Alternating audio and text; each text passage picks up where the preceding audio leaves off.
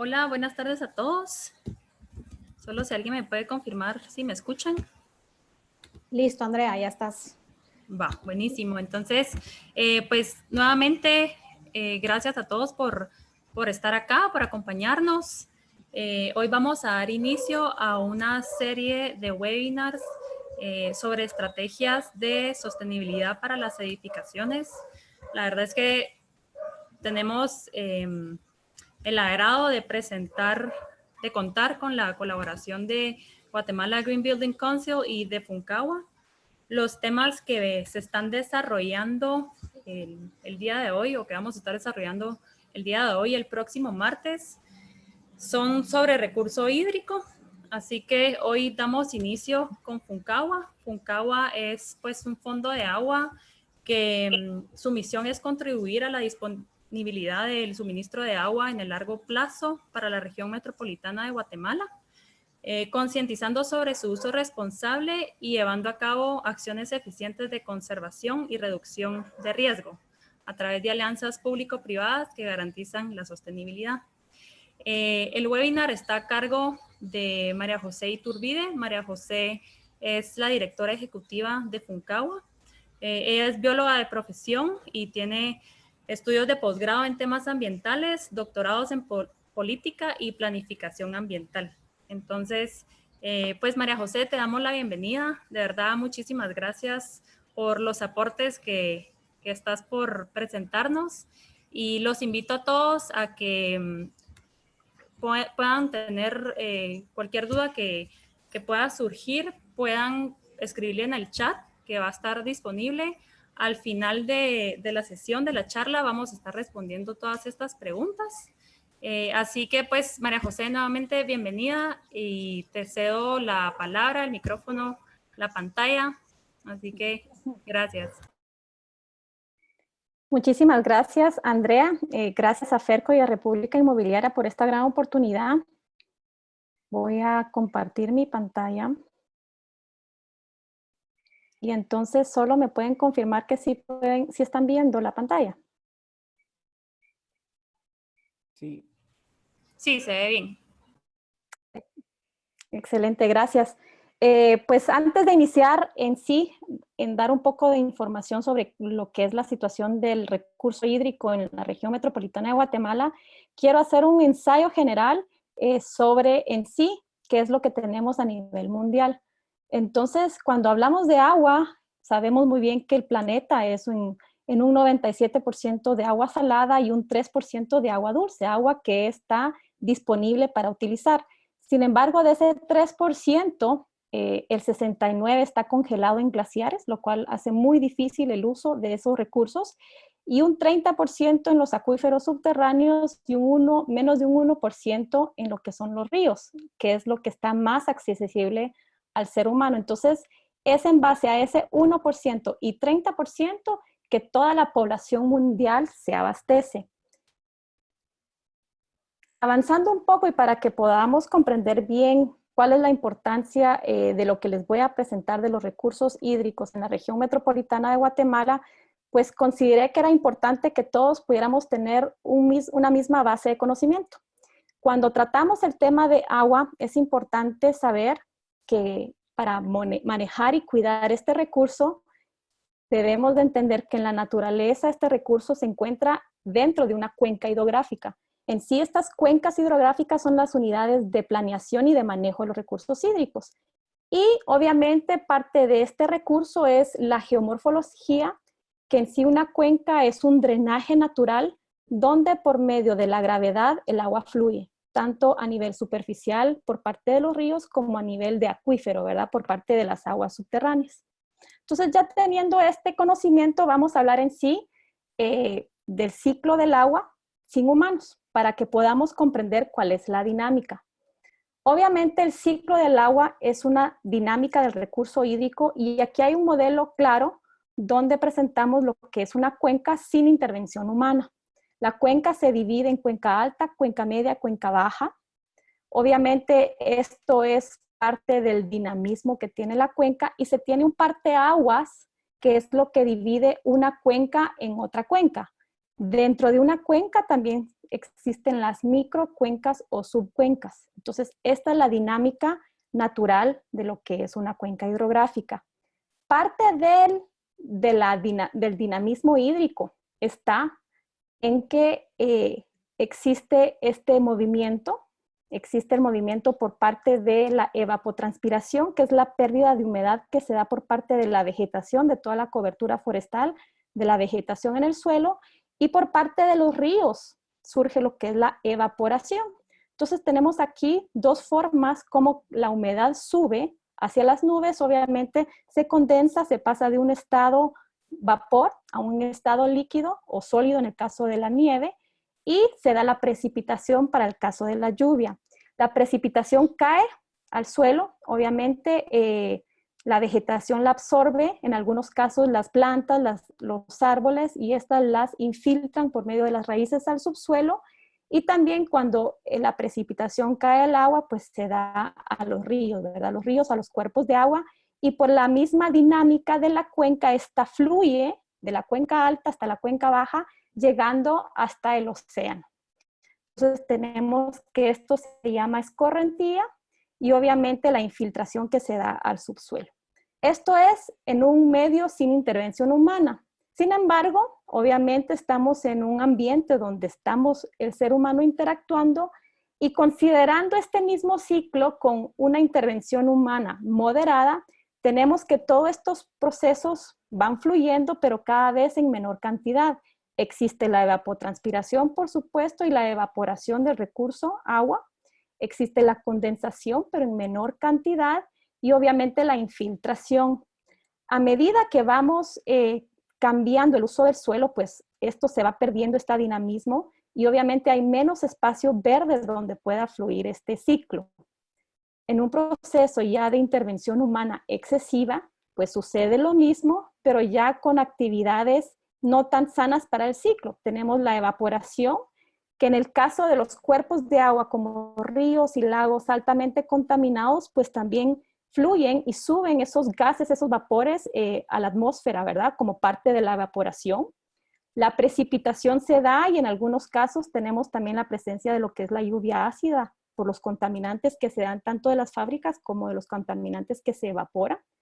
Obviamente hay una menor infiltración a los subsuelos y parte de la demanda de agua es que se extraen ya los recursos del subsuelo. Entonces hay una...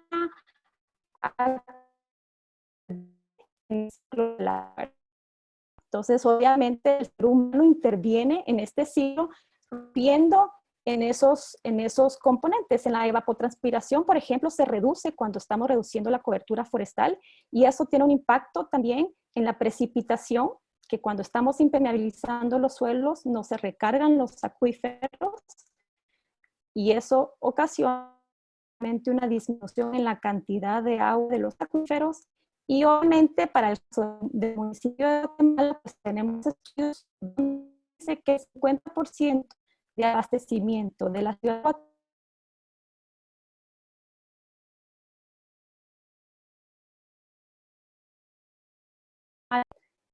Entonces, para que conozcan un poco cuál ha sido la dinámica en cuanto al bosque, ahora que ya comprendemos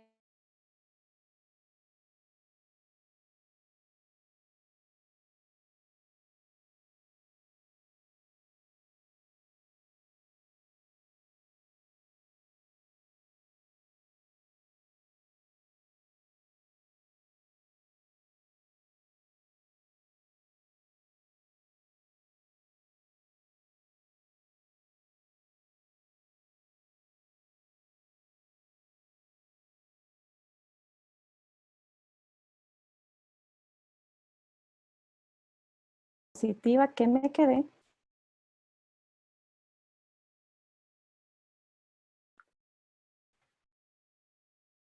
Entonces, como les explicaba, aquí hay una progresión de mapas que demuestran cómo ha estado la cobertura forestal a nivel del país. Entonces, vemos ahí cómo va progresando, cómo se va perdiendo la cobertura forestal con el pasar de los años.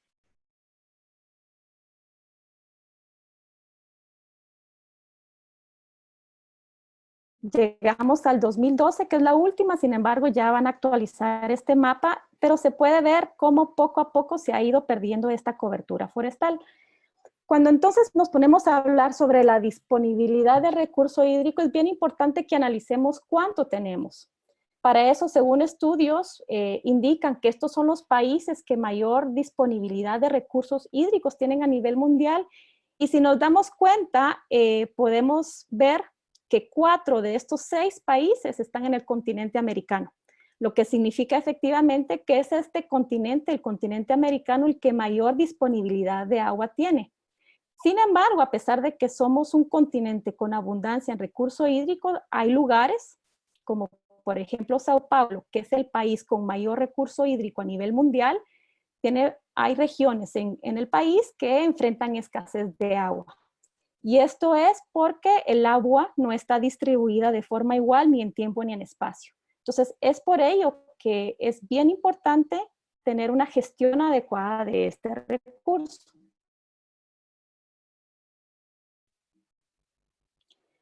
Si ya conocemos entonces cómo estamos en cuanto a la disponibilidad hídrica, es importante que evaluemos cuáles son las extracciones a nivel de todo el mundo. Sabemos que las 3 actividades que mayor utilizan agua son el agrícola como primer punto, el industrial y el doméstico. Y si nos evaluamos a nivel de continentes, pues Asia es el continente que mayor extracción de agua tiene. Y en segundo lugar está América. Entonces sí tenemos abundancia en recurso hídrico, pero al mismo tiempo somos el segundo continente que más utiliza este recurso. Si ya vamos aterrizando a nivel de América, ya podemos ubicar aquí a Guatemala, que es un país que se encuentra entre la disponibilidad hídrica entre 3,000 a 10,000 metros cúbicos por persona por año. No estamos entre los más altos, que serían entre 10,000 a 30,000 o más de 30,000 para el caso de estos países, pero tampoco estamos entre los más bajos, ¿verdad? De 3,000 metros cúbicos por persona al año. Realmente tenemos bastante disponibilidad de este recurso. Y aquí ya vamos llegando al tema de Guatemala, donde de acuerdo a las autoridades como el INSIBUM, SGPlan y MARN, reportan el balance hídrico nacional. Obviamente vemos que a pesar de que son entidades de gobierno, pues los que reportan no son las mismas cantidades de balance hídrico. Puede ser por una diversidad de razones, metodologías distintos, parámetros distintos, etcétera. Pero en general podemos ver que sí somos un país con abundante recurso hídrico. Y eso también lo demuestra que tenemos 38 cuencas hidrográficas y 3 vertientes. Nuestras aguas fluyen hacia la vertiente del Pacífico, hacia la vertiente del Mar Caribe y hacia la vertiente del Golfo del Golfo de México. Entonces, siguiendo con esta disponibilidad, de acuerdo a la Organización Mundial de la Salud, se establece que 100 litros de agua diaria son los requeridos para satisfacer las necesidades básicas tanto de consumo e higiene. 100 litros, y realmente Guatemala utiliza a nivel de la muchísimo más de estos 100 litros. Pero sí podríamos decir que llevamos a lo que los estándares de la Organización Mundial establece. Entonces podemos concluir en términos generales que Guatemala es un país hermoso con abundantes recursos hídricos. Tenemos 38 cuencas, tenemos abundantes ríos, tenemos abundantes lagos, tenemos muy buena precipitación. Sabemos que solía llover 6 meses al año, lo que nos hace un país con un suelo bastante fértil. Y bueno, eso se ve también en el tema de la agricultura, que también somos un país con muy buena producción agrícola. Sin embargo, esto es en cuanto al país. Si ya vamos aterrizando a lo que es la región metropolitana de Guatemala, primero tenemos que entender cuáles son los municipios que abarcan la región metropolitana de Guatemala. Para la FUNCAGUA, que realizamos un estudio con la Universidad Rafael Landívar, se estableció por varios métodos y metodologías que la región metropolitana de Guatemala abarcaba estos 12 municipios que ustedes pueden observar en color verde oscuro, y estamos incluyendo 2 microcuencas entre Chimaltenango y Zacatepeques porque son las que abastecen principalmente al municipio de Guatemala. Entonces tenemos aquí que se está trabajando en una región metropolitana que comprende 16 microcuencas, perdón, sí, del departamento de Guatemala son 16 microcuencas, y por parte del lado de Chimaltenango y Zacatepeques tenemos estas microcuencas. Aparte, es importante resaltar que estos 12 municipios del departamento de Guatemala son el motor económico del país. Estos municipios generan el 47.8% del PIB nacional. Es por ello que los esfuerzos que estamos haciendo como Funcagua está enfocada en esta región, por la importancia que tiene para todo el país. Adicionalmente, es el departamento con mayor crecimiento poblacional. Tenemos aquí los censos, los estudios de los censos realizados desde 1981 hasta el último, hace un par de años, y podemos ver a creces cómo el departamento de Guatemala sobresale. Sí, Guatemala, el departamento de Guatemala es el departamento con mayor. 40 años aproximadamente la población se ha triplicado. Si pensamos entonces que tenemos más personas, significa que estas personas demandan de este recurso hídrico y por consiguiente también hay que considerar el cambio de uso del suelo de estas personas. Y entonces nos vamos al siguiente tema, lo que es la cobertura forestal. Esta es la dinámica de la cobertura forestal del departamento de Guatemala y es evidente cómo va en descenso. Ahorita faltaría hacer el del 2020, pero la tendencia es hacia la deforestación, hacia la pérdida de la cobertura forestal. Entonces ya vemos lo importante que es la cobertura forestal para mantener el ciclo hidrológico, tanto para los acuíferos como para los ríos. Lamentablemente sí estamos perdiendo cada vez más bosque. Y aquí les voy a compartir una secuencia de mapas para que podamos observar cómo es el crecimiento del municipio de Guatemala.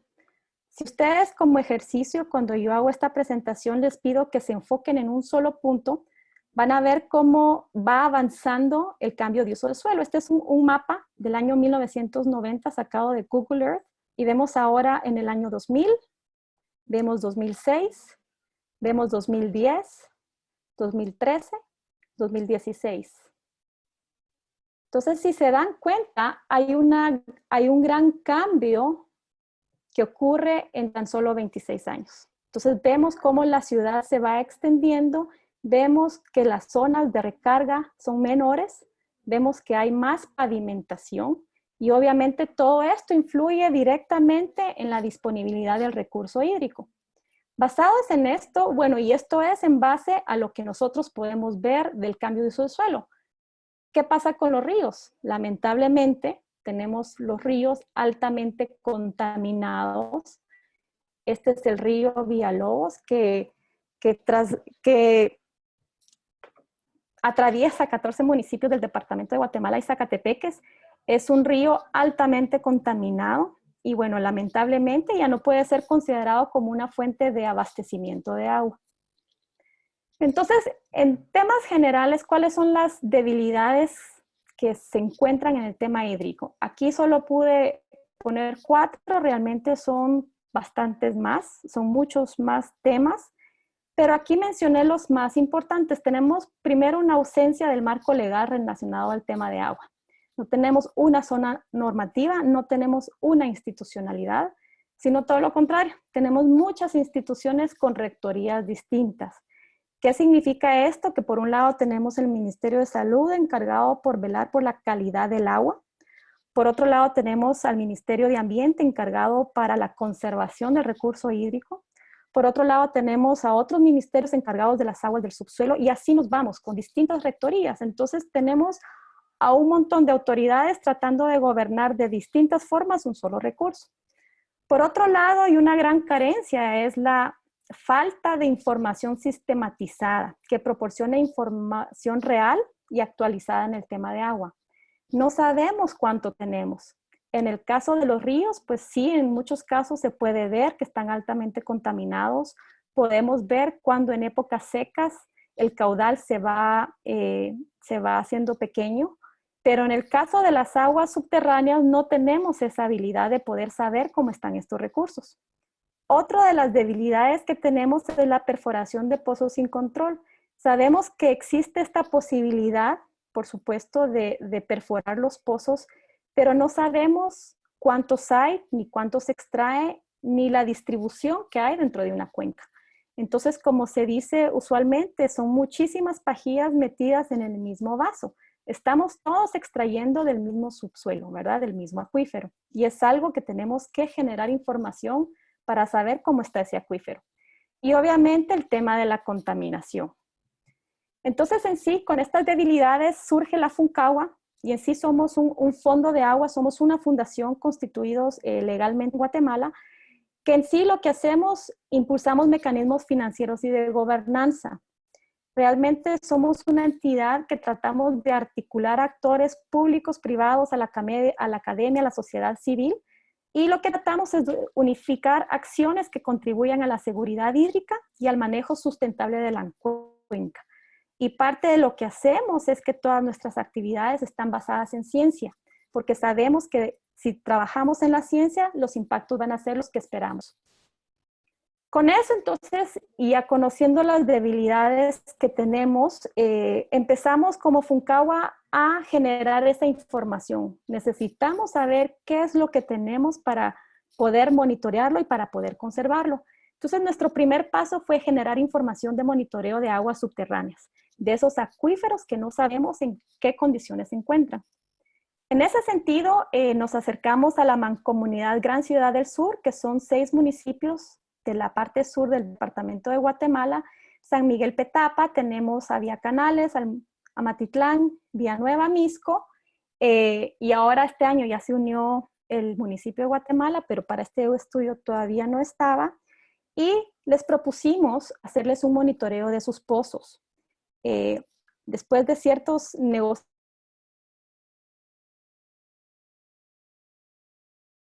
accedieron ellos, y bueno, ¿cómo monitoreamos los pozos?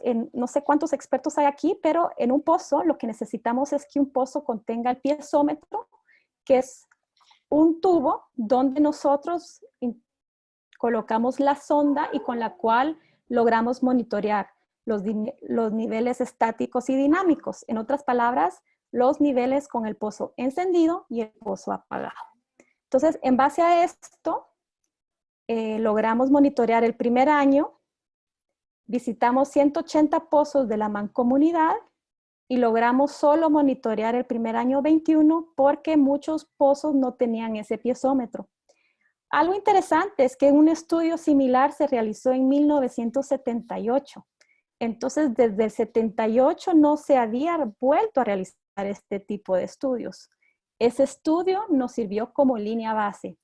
Nos sirvió para poder comparar en un término de 40 años cuánto había descendido el agua del acuífero. Cuando ya tuvimos los resultados, esto fue lo que logramos presentarle a los alcaldes. Al alcalde de Villanueva le explicamos cómo se estaban comportando los pozos de su municipio. Y aquí para explicarles un poco los perfiles, vamos a ver que la línea verde es el terreno natural, es el suelo del municipio. La línea roja es el fondo del pozo, ¿verdad? Nosotros lo que hicimos aquí fue unir, pero realmente son los fondos de los pozos. La línea negra que se puede ver es el estudio que se realizó en 1978 y van a ver 2 colores azules que son los estudios que realizamos en el año 2018, 40 años después. Tenemos el nivel estático y el nivel dinámico. Entonces, para el caso de Villanueva, le explicamos cómo estaban los niveles de sus pozos, información que nunca antes ellos habían podido visualizar, y adicionalmente le explicamos hacia dónde fluye su recurso acuífero, su recurso del agua, del acuífero. Algo importante es que por medio de estas gráficas pudimos explicarle a los alcaldes la importancia de coordinar acciones. Estos son los primeros pasos hacia modelos de gobernanza eficientes, porque de esta forma ellos comprendieron que las actividades que ellos realizan como entidad municipal administrativa tienen un impacto tanto positivo como negativo con el municipio que está ya sea arriba o abajo. Entonces, de esta forma ellos han podido comprender la importancia de coordinar las acciones. Este es el caso que le presentamos al alcalde de Villanueva, explicándole hacia dónde fluye su recurso. Para el caso de Villacanales, lo mismo, se monitorearon los pozos, se hizo el estudio, se le pudo decir que aquí el pozo de Shangri-La, por ejemplo, ya está al borde de secarse. Se le explicó cuánto ha descendido. Para el caso del Pozo del Rosario, se ha descendido alrededor de 60 metros en 40 años, y un poco la dinámica de todos los pozos. De igual forma, se le explicó cómo fluye su recurso a lo interno del municipio, ¿verdad? Del norte del municipio de Boca del Monte hacia el sur. Estos son los resultados de San Miguel Petapa. Obviamente San Miguel Petapa está cerca del lago de Amatitlán, está en un valle, por consiguiente el comportamiento se podría decir que es un poco más estable. Tenemos aquí el descenso que ha estado bastante parejo a lo largo de los 40 años, con un descenso de aproximadamente entre 40 y 60 metros, ¿verdad? Entonces aquí tenemos la dinámica de San Miguel Petapa. Tenemos los perfiles de Santa Catarina Pinula, que es un municipio que se puede ver a simple vista cómo ha ido creciendo en temas de lotificaciones y residenciales. En este caso, se le pudo decir aquí al alcalde que el pozo del Huistal sí ya estaba casi al borde de secarse, ¿verdad? Aquí para este caso el agua ha descendido 200 metros en 40 años, ya es un tema un poco más alarmante. Y sin embargo, también se le ha mostrado cómo otros pozos se encuentran bastante estables. Esta información que se le ha podido generar a los alcaldes, pues ha sido también muy valiosa para la toma de decisiones de ellos. Con estos han desistido de perforar pozos en ciertas áreas y han visto otras zonas donde es más eficiente la inversión de una perforación de pozo. Entonces, esta es la dinámica que ha tenido Santa Catarina Pinula. El caso de Amatitlán, del cual, como les comentaba anteriormente, no cuenta con piezómetros, entonces obviamente la información no se ha podido generar mucho, pero igual se le proporcionó la información. Y el municipio que realmente está más crítico es el municipio de Misco, ya que la mayoría de sus pozos sí están al borde del fondo del pozo. Tenemos el caso de Zacós Chiquito, que es un pozo que en 40 años ha descendido el agua 400 metros. Tenemos aquí también la intersección Naranjo, donde de igual forma ha descendido bastante. Entonces, con esta información, una información bastante visual, se les puede mostrar también a los alcaldes que para el caso de Misco, por ejemplo, la perforación de pozos ya no es una solución. Ya se tienen que buscar otras alternativas para poder suministrar este recurso. Y recordemos que aquí estamos hablando únicamente de los perfiles de los pozos municipales. Hay que considerar que los edificios, que muchos residenciales, condominios tienen sus propios pozos, que también están en constante extracción de este recurso. Entonces, todo eso suma a que el nivel del agua vaya descendiendo. Y que esta información es muy importante a la hora de hacer proyectos de edificaciones, ¿verdad? De cualquier tipo. Obviamente va de la mano el tema del descenso de los acuíferos con la cobertura forestal, como les había explicado. Y aquí tenemos el caso de Santa Catarina Pinula, que sí es un municipio que ha descendido en cuanto a su cobertura forestal. Igual Misco podemos ver que sí va en constante descenso. Los otros municipios, pues, obviamente se muestran aquí de igual forma. Existe más pérdida de cobertura forestal por el cambio de uso de suelo. ¿Qué hicimos? Este año ya estamos ahorita haciendo ya tenemos los resultados del segundo año de monitoreo. Ya estamos, como les había comentado anteriormente, nosotros hacemos el monitoreo en época seca y en época lluviosa para hacer una comparación. Estamos muestreando más puntos porque nos han permitido los alcaldes generar más información de sus pozos, y ahora lo que tenemos es la comparación de un año a otro. Como les cuento, ahorita estamos en el análisis de todos esos resultados que generamos el año pasado. Ya la semana entrante arrancamos con el tercer año de monitoreo. Entonces estamos generando de una forma sistemática esta información que sirve para la toma de decisiones, para este caso los alcaldes municipales, pero sobre todo para la coordinación a nivel de los municipios. como les comentaba, para ir creando esos modelos de gobernanza. Para los resultados les voy a dar unos pequeños, les voy a compartir unos pequeños resultados de este estudio del año pasado. Y aquí de acuerdo a la simbología, nos vamos a enfocar en los colores entre morado y rosado, no sé cómo lo ven, pero en estos dos, que son los estudios del 2019. Entonces, viendo, por ejemplo, el caso de Misco, la época lluviosa del año pasado y en comparación con el anterior, el azul se evidencia que es el estudio que se realizó en el 2018 que les mostré, y este morado es el del 2019. Vemos en algunas regiones que existen descensos de año en un año. Realmente parte de la información que nos está generando esto es que para el caso de Misco identificamos un pozo que en un solo año se descendió 25 metros. Entonces sí es información importante que hay que tener a la mano porque 25 metros de descenso de agua es un número bastante grande para un pozo. Entonces imagínense cuántos pozos privados también están extrayendo de este acuífero y la tasa de deforestación sigue avanzando. Entonces tenemos que considerar otras formas de poder inyectarle agua, infiltrar a los acuíferos. Este es el caso de Misco y este es el caso de Vía Canales, donde también hay poca evidencia del descenso del recurso. Estos son algunos avances que tenemos. Todavía estamos analizando la información para presentarla próximamente, que vamos a hacer el lanzamiento del estudio, porque es importante divulgar y sobre todo es importante saber que los alcaldes están dispuestos a compartir esta información, porque ellos saben que realmente el cuidar el recurso del agua es compromiso de todos. Entonces, ellos están haciendo su parte en ese sentido. Y aquí quiero compartirles un caso real.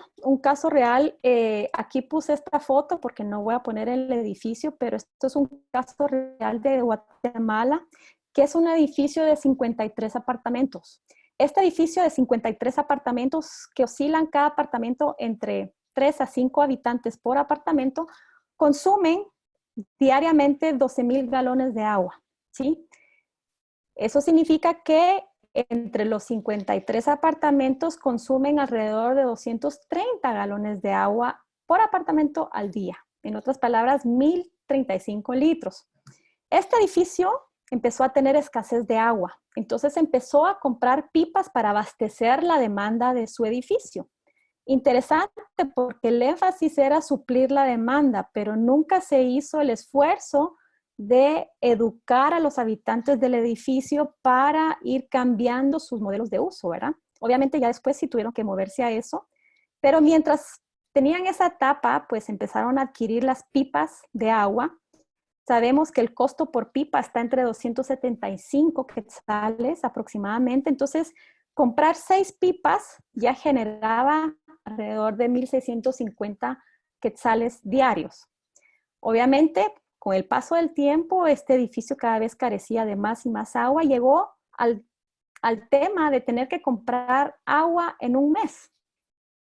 Comprar las pipas para suplir esa demanda. Entonces, estamos hablando de invertir 1,650 quetzales diarios por un mes. Estamos diciendo que se gastó alrededor de 49,500 quetzales para suministrar la demanda. Lo que significa, en otras palabras, que cada apartamento debería de pagar alrededor de 933 quetzales. Obviamente, para esto, para la realidad guatemalteca, son casos totalmente insostenibles.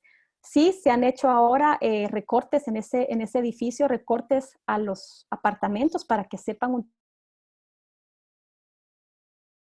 utilicen de mejor forma su recale de los costos de los inquilinos, ¿verdad? Entonces, ya para ir concluyendo, ¿cuáles son las recomendaciones necesarias para utilizar de forma inteligente este recurso? Primero, motivar a todos los que nos están escuchando a que participen en iniciativas, que buscan la generación de información. Es muy importante que como guatemaltecos sepamos qué es lo que tenemos.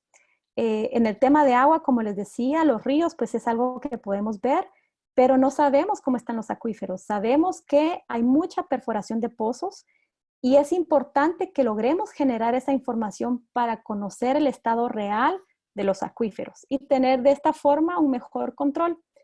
Promover el uso de los contadores de agua, usar eficientemente el agua dentro de los hogares, dentro de los edificios. Esto es muy importante.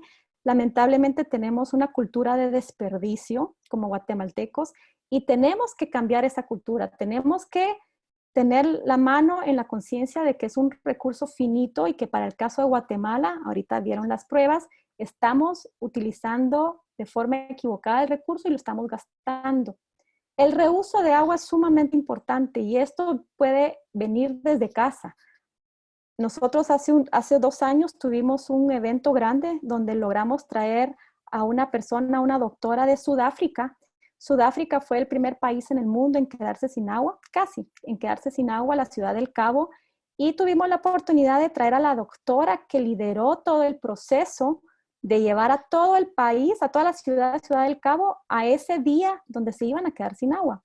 Ellos tenían información de 50 años que les decía, porque es una ciudad que se abastece principalmente de agua de lluvia y ellos se abastecen y abastecen a la población por medio de embalses. Entonces, obviamente, en un embalse iban viendo cuánto iba bajando el agua. Se les dio 2 años de sequía, que ya lo habían pronosticado. Entonces, fueron educando a su gente, ahí reduciendo consumos hasta llegar a consumir 50 litros de agua al día por persona. ¿Qué nos estaba compartiendo ella? Que incluso bañarse diariamente era prohibido. Estaba autorizado 3 veces a la semana. Ir al baño y echar agua cada vez que iban al baño ya no era una opción. Ellos echaban agua en el inodoro hasta que era sumamente necesario. Y el agua que ellos utilizaban para bañarse, lo utilizaban para llenar el inodoro. Entonces, cuando esta persona vino aquí a Guatemala y la hospedamos en un hotel, se quedó asombrada de saber que el agua del inodoro era agua potable, agua clara, limpia. Y decían, ustedes desperdician. Y realmente cuando ya vemos la comparación a las actividades que ellos empezaron a generar y hacer para crear conciencia, pues sí, realmente tenemos una cultura de desperdicio que necesitamos ir cambiando. Por otro lado, aprovechar agua de lluvia. Guatemala es un país, lamentablemente ha ido cambiando los ciclos de lluvia, pero aún así tenemos épocas de lluvia y desperdiciamos esa agua. Ese es un líquido que hemos hecho estudios donde es de muy buena calidad y bueno, por temas de seguridad y salud, pues se puede utilizar para los inodoros, para lavar los platos, para lavar la ropa. Podemos empezar a cosechar agua de lluvia. Y por supuesto el uso de tecnologías e innovaciones.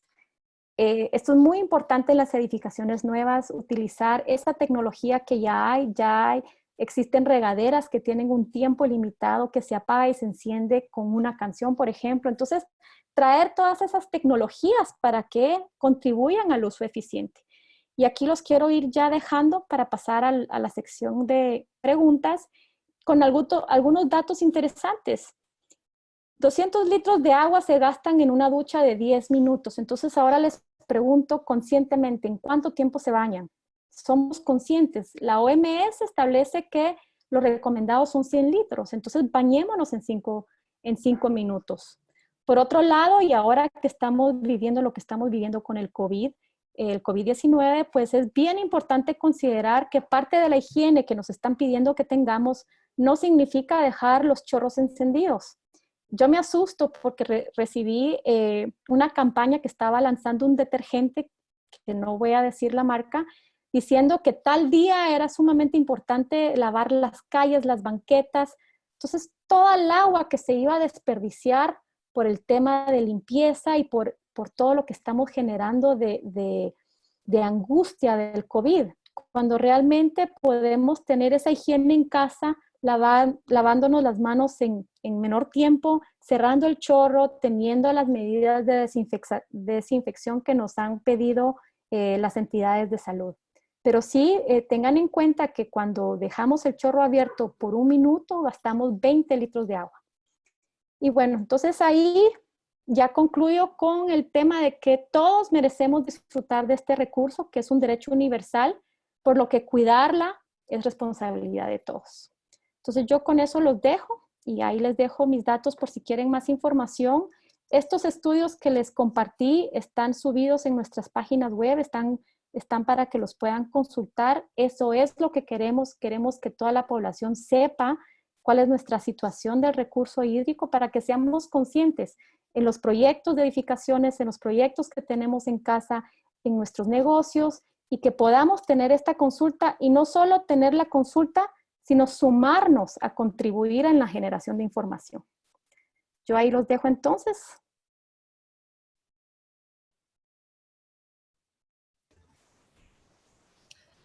Muchas gracias, María José. Por favor, si tienen preguntas, váyanlas escribiendo en el chat, las vamos a estar leyendo. La primera pregunta que nos hacen, María José, es ¿cómo es posible que hay comunidades donde no hay agua, pero cada vez hay más edificios y ellos sí tienen agua? Como les digo, obviamente las perforaciones, se han encontrado perforaciones bastante profundas. Obviamente hay recursos disponibles para hacer pozos muy profundos y perforar un pozo hasta encontrar agua. Entonces, por ejemplo, yo pongo muchas veces el caso de Zona 15. Zona 15 antes era una zona muy domiciliar, donde habían casas con aquellos grandes jardines y era una casa para 5 personas. Ahora esa gran casa se convirtió en un edificio para 300 personas donde no recargan agua. Obviamente esa infraestructura para arriba también ha de tener un pozo sumamente profundo y lo que está sucediendo es que las casas que siguen siendo iguales, casas, sí se han visto con la escasez total del agua. Entonces ellos son los que tienen que ir adquiriendo de esas pipas. ¿Qué sucede? La profundidad del pozo. Obviamente hay grandes edificios, así de grande el edificio, así de grande el pozo. Entonces ellos perforan hasta encontrar agua. Y los pozos más superficiales, los pozos que son no tan profundos, son los que se van quedando sin agua.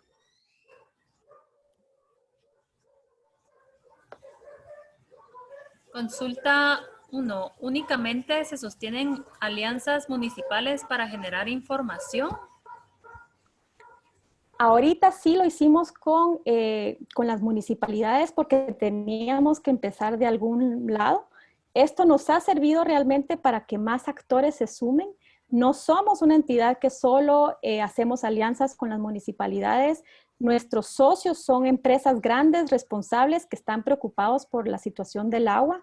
Y sí, la realidad es que, como expliqué, un fondo de agua articula todo tipo de actor: academia, sociedad civil, sector público, organización civil, organización civil. Entonces, la idea es que todos se sumen a estos esfuerzos de generar información. Preguntan si se poseen planteamientos o proyectos para trabajar desde una plataforma interinstitucional. La FUNCAGUA en sí ya es una plataforma interinstitucional. Tenemos alianzas con la Universidad del Valle, estamos ya creando alianzas con otras entidades académicas. Como FUNCAGUA queremos buscamos iniciativas y vemos de qué forma la FUNCAGUA puede complementar. Entonces sí hacemos alianzas con el sector, el actor que nos busque para hacer esa alianza.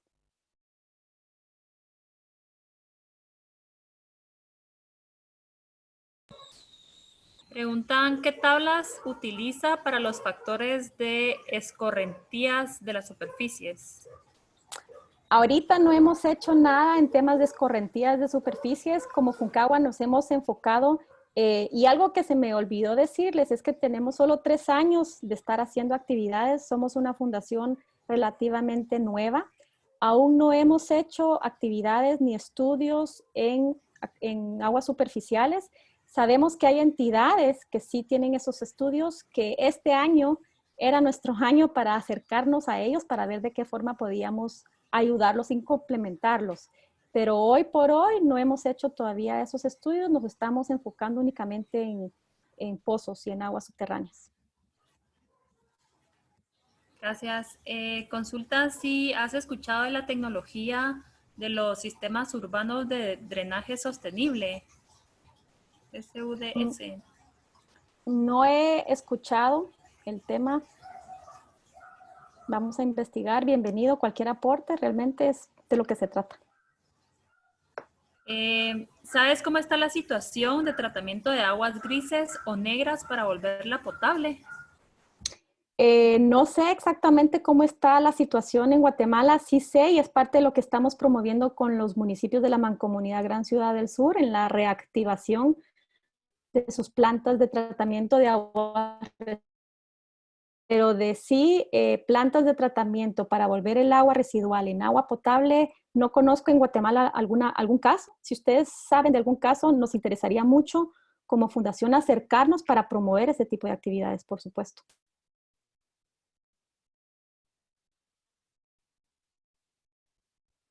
Gracias. Preguntan, ¿cómo podemos contribuir a reglamentar los mantos acuíferos? Bueno, parte de la contribución es generar información. Lo que hemos ido generando ya pone en evidencia la importancia de ponernos en orden. Como les explicaba yo inicialmente, estos solo son los datos de las municipalidades. Valdría la pena promover de alguna forma que otros pozos privados, condominios, edificios nos permitan llegar a hacer este estudio. Nosotros tenemos tratos de confidencialidad por si alguien lo requiriera, porque lo que queremos saber es la sumatoria de esos pozos nos podría dar la dinámica y el estado real del acuífero. Entonces, ¿cómo contribuir? Primero tenemos que generar información para saber qué vamos a reglamentar, cómo vamos a reglamentar el acuífero, el manejo del acuífero. Pero si por el momento no sabemos ni cuánto tenemos, entonces sí es muy difícil poder poner reglas y normas para poder manejar sosteniblemente un acuífero que no conocemos. Gracias, María José. José Sánchez, que es quien nos hace la pregunta que acabas de responder, nos dice que la pregunta era cómo realimentar los mantos acuíferos. Entonces, tal Perdón. vez también es válido, tal vez si nos puedes comentar. Con gusto. ¿Cómo realimentar? Bueno, hay actividades de infiltración, pozos de infiltración, todo lo que sea recarga hídrica. Lamentablemente, yo antes miraba hasta los campos de golf con ojos de recarga hídrica. Lamentablemente, los campos de golf, los campos de fútbol, eh, como zonas de recarga hídrica, ¿verdad? Porque el agua caía y poco a poco se permeaba, se filtraba. Lamentablemente, ahora hasta las canchas de fútbol las han permeabilizado, les han puesto concreto y grama falsa. Pero sí, realmente es por medio de pozos de absorción, por medio de actividades de recarga hídrica, infiltración por los edificios, parte de lo que hemos socializado con algunas inmobiliarias, con algunos edificios, es que en el proceso de construcción ellos establezcan modelos dentro del edificio de sistemas de cosecha de agua de lluvia, que esa agua directamente se utilice para recargar, porque estamos hablando de que se está cosechando el agua de la lluvia y de un solo se recarga el acuífero. Entonces pueden ser formas para ir recargando los acuíferos. Gracias, María José. Nos consultan también si has compartido experiencias sobre el manejo del recurso hídrico con Israel y Sudáfrica. Con Israel tuvimos acercamientos, hemos estado en pláticas con la embajada porque nos había interesado conocer un poco del proceso de desalinización que ellos han tenido.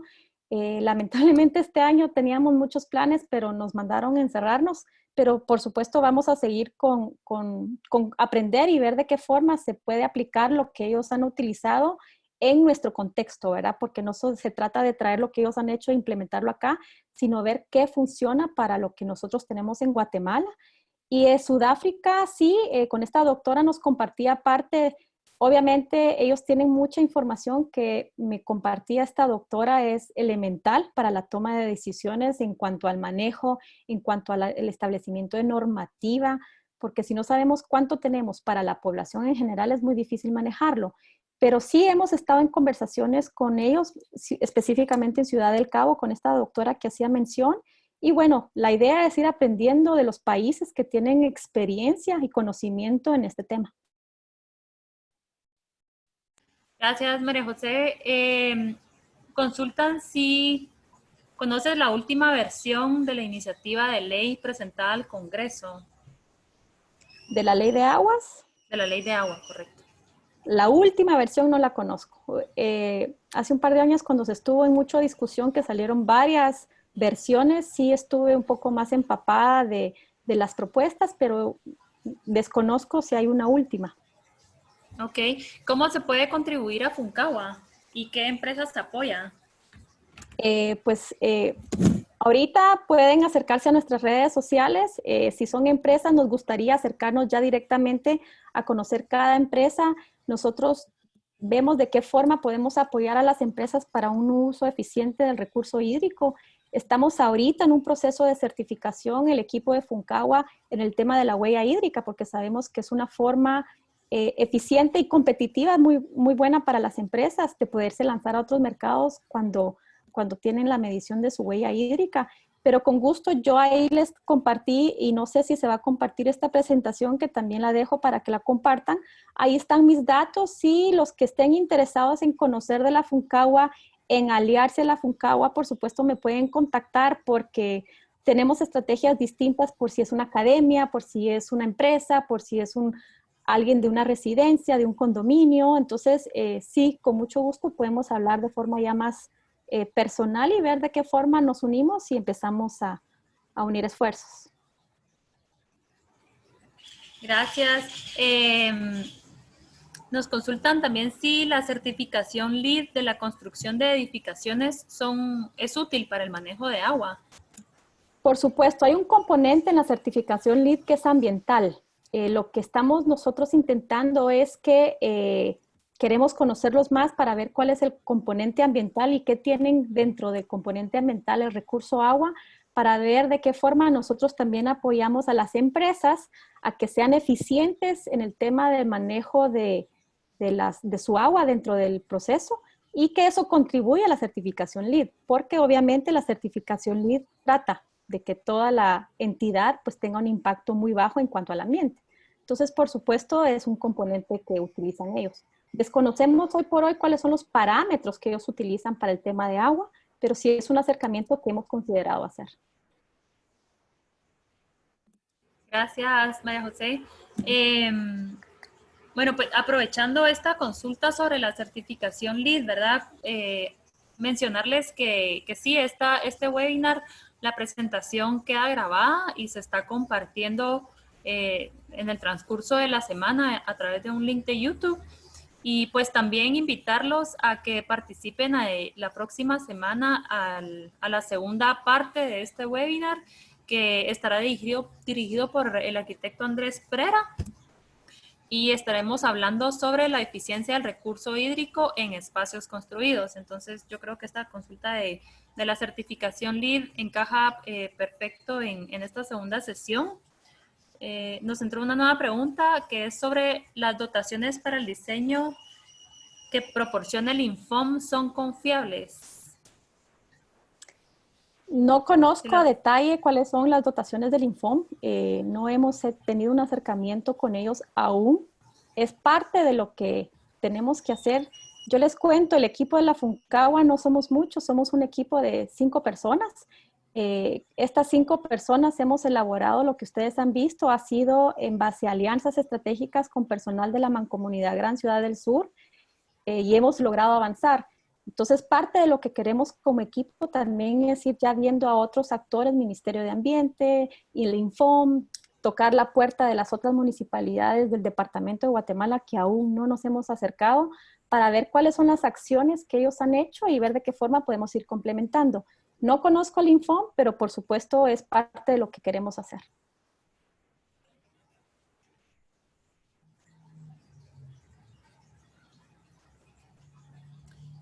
Consultan si deberíamos de utilizar las dotaciones dadas por UNEPAR o por las entidades municipales. Bueno, las dotaciones, yo creería que nos vamos con los temas municipales. Obviamente cada municipalidad es el rector de su municipio y ellos saben cuánto tienen a disposición de este recurso. Yo me iría por las disposiciones que dan los municipios. Correcto. Pues bueno, si alguien tiene alguna otra consulta, por favor aquí escríbala.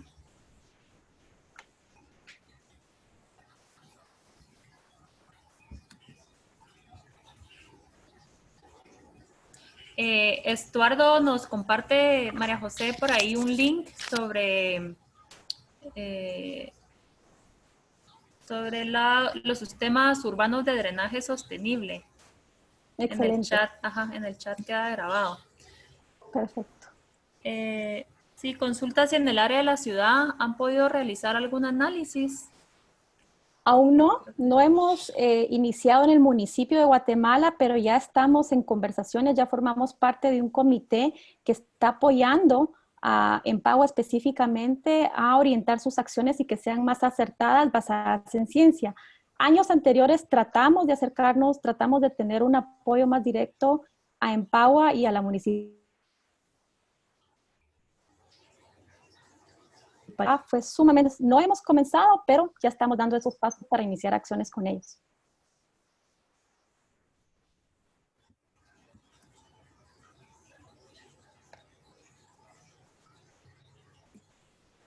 Gracias. Nos consulta igual Estuardo que cuáles son las recomendaciones que realizan para concientizar a los residentes de viviendas verticales y a los administradores de los mismos. Yo creo que parte de la colocación de un contador que realmente el inquilino sepa cuánto está gastando, eso sería bastante útil, obviamente, para el inquilino, saber cuánto está gastando y ver de qué forma puede eficientizar ese uso. Para a la generación de información, yo creo que a los administradores, como les puse el caso anterior, no hay que llegar a esa situación donde ya no se puede abastecer la demanda del edificio. Yo creo que ser parte de un sistema que podamos generar información y buscar soluciones antes de llegar a esa situación es bastante recomendable. A nivel de los inquilinos, reusar el agua, reutilizarla. Como les digo, el agua que se utiliza en las duchas se puede reciclar, reusar en el inodoro. De igual forma, ser conscientes en el uso de lavado de platos, en el uso de lavado de manos, cerrar el chorro, verificar las goteras es un componente sumamente importante. Realmente ahí es donde existe una alta pérdida de agua en las goteras que hay en las edificaciones, en las casas, en los chorros. Entonces creo que es ser conscientes del agua, ¿verdad? Hacer una revisión a nivel de hogar, de dónde se está utilizando más el recurso y ver de qué manera vamos bajando nosotros ese consumo. Yo creo que el primer paso de tener una lectura de mi apartamento, de cuántos somos, ok, y como equipo proponerse utilizar menos agua, creo que es una buena solución. Ir generando esa cultura de agua, ¿verdad? Y promoverlo a nivel de todos los que viven en el edificio. Okay. Actualmente nos dice, ¿cree que las técnicas de perforación y equipamiento de pozos de agua se puede eficientar a las tecnologías actualmente utilizadas? Yo considero que sí. Es más, tenemos el caso de un municipio de la Mancomunidad Gran Ciudad del Sur donde tuvimos, donde por temas de que el motor se dañó, se cambió el pozo y eso hizo que el pozo sea más eficiente. Se cambió, se hizo una gran inversión y hasta se pudo notar que el agua se utilizaba de mejor forma a la hora del bombeo. Entonces sí considero que hay sistemas más eficientes, la tecnología va avanzando y creo que sí existen esas tecnologías. No sé si ya llegaron a Guatemala, desconozco, pero creo que sí, estoy segura que sí. Okay. Desde tu punto de vista, ¿tenemos más problemas de producción de agua o distribución de las mismas en las municipalidades? Yo creo que realmente es el tema y por lo que mi experiencia de trabajar con los alcaldes es que no es que ellos no quieran distribuir agua, es que realmente ya no tienen. Entonces yo sí veo que el problema radica en la producción y como les pude hacer ver, no estamos infiltrando, no estamos reforestando de forma eficiente. La tasa de deforestación va obviamente a la pérdida. Entonces, sí, no estamos produciendo lo que se genera para formar ese ciclo de agua.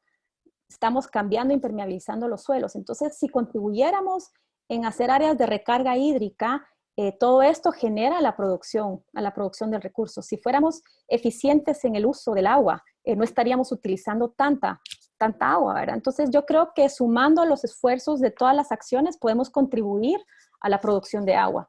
Sí les digo que no es que los alcaldes y no es que me quiera poner a defenderlos, pero la realidad es que ellos no es que no quieran distribuir, es que realmente se quedan sin el recurso. Y lo que les mostré ahorita solo son los pozos municipales, pero si a eso le sumamos pozos más profundos que los municipales que están extrayendo más para abastecer residenciales o condominios de 200, 300 casas, no sé, estoy haciendo un número. Entonces sí vemos que no es tanto que no quieran, sino realmente el recurso se ha ido agotando. Nos consulta si crees que es necesario exhortar a las municipalidades a utilizar sistemas de infiltración de agua de lluvias y cosechas, o es mejor drenar el agua a las cuencas y microcuencas superficiales.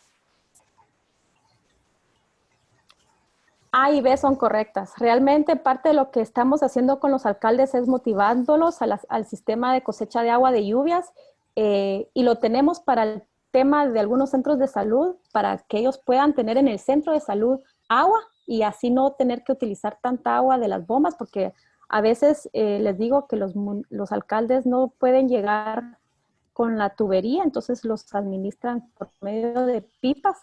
Pero yo sí creería que es ambos temas, ¿verdad? El sistema de cosecha de infiltración, tanto a nivel de uso en la municipalidad como en las microcuencas. Hay que abastecer realmente. Entonces sí hay que hacer ese trabajo conjunto. Gracias, María José. Gracias por todos sus aportes.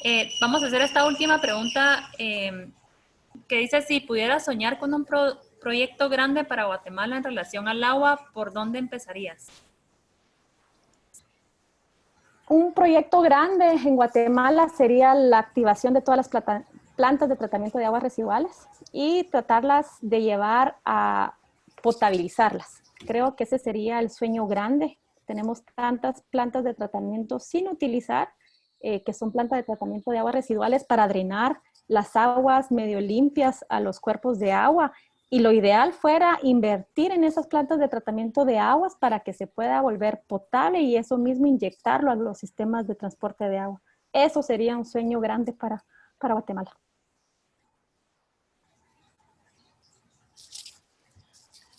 Bueno, entonces, pues muchas gracias, María José, por todos tus aportes y por responder a todas las preguntas.